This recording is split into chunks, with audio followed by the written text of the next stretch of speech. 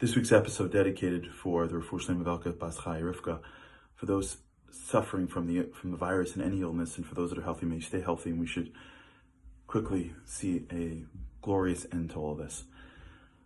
So we're in this incredible period of time right now. It's called the Omer. As you're seeing my beard grow in, we'll talk about that maybe later. But the Omer is a period of time that is of the strangest of the year. And the reason why it's the strangest is because of the fact that it shouldn't exist. It is in between two peaks. We just came out of Passover. God lifted us out of slavery, incredible miracles, walked us through a sea, blew us away. We were inspired. We were dancing. It was incredible, the height of how we started. And in a few weeks from now, we have a holiday called Shavuot. It's the holiday where we remember when God gave us the Torah, walked us to Mount Sinai, handed us the book that civilized humanity and made us the nation that we are. And the rabbis say that the distance between the first holiday and the second holiday should be a day. You come out of the sea, it's 1 day journey in the desert down to the mountain. The Jews were inspired. They bought into God. Walk them down, give them the book, call it a day.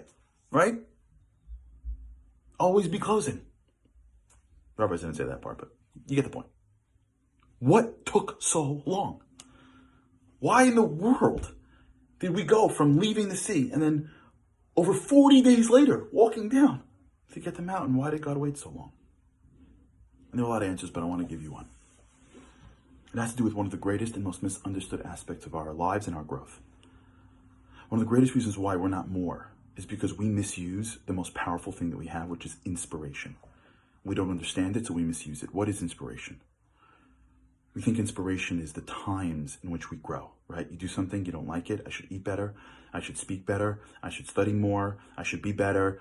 And I don't know, I just can't do it. And all of a sudden you hear someone say something, you hear a speech or a talk or an idea or a video, or you see a high moment, someone's birth, a low moment, someone's death, and you're like, this is it, right? You're inspired. You get that feeling, it overcomes you. You feel emotionally different, and off you go. You eat better the next day. You go to the gym. You call that person. You make up with this person. You're better here. You do this. You read the book to the kids 7 times. You're like a different human being, and you're like, this is amazing. Where was I my whole life? You get that feeling? Second day, you're like, this is great. Third day, you're like, I'm so happy that I found the new me. And then either between the 4th day, the 5th day, somewhere right after the first week, you wake up that next morning and you don't feel that anymore. You don't want to get out of bed. You don't want to pass on the thing that tastes good. You say the wrong thing, you snap, you get busy again, and life goes back. 2 steps forward, you lose the feeling 2 steps back. Round and round we go. This is called the circle of mediocrity. What happened? We got inspired. How come we couldn't change? And the answer is because inspiration is not the time in which you change. Inspiration is the time in which you see. Life is busy. We're running around all day. We can't ever stop. The treadmill of life is at a pace that is beyond the stroll. And so when you walk all day, carpool going, coming, even if you're sitting in the house, Zoom calls, this calls, conference calls, kids, and there's lunch, dinner, go. You're running around all day. Your brain moves all day. You never stop to look at your life. You never stop to think about where you're going. You never stop to make a major change until life slows you down. A big moment, a slow moment, a moment to see something, you hear something. Somebody is born, somebody passes away, somebody gets married. There's this life cycle event, and in that moment, life slows down. And in that slowing down, you see something. That's how I should be. That's how I should look. That's how I should talk. That's what I should do. It's a moment and you feel inspired.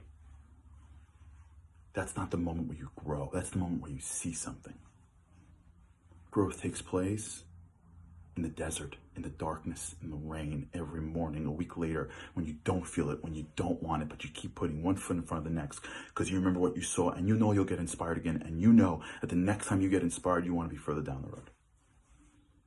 God took the Jews out of Egypt and said, if I'm going to hand you the book after I walk you out of the sea, what are you going to say? No? You're inspired. But you know what's going to happen? A week later, you're going to be like, God, can we talk for a second? Like, you see what's in this book? Holy cow. This is incredible. Like, we were pumped, but I'm not feeling it. God's like, I need a nation forever. Here's what we're going to do.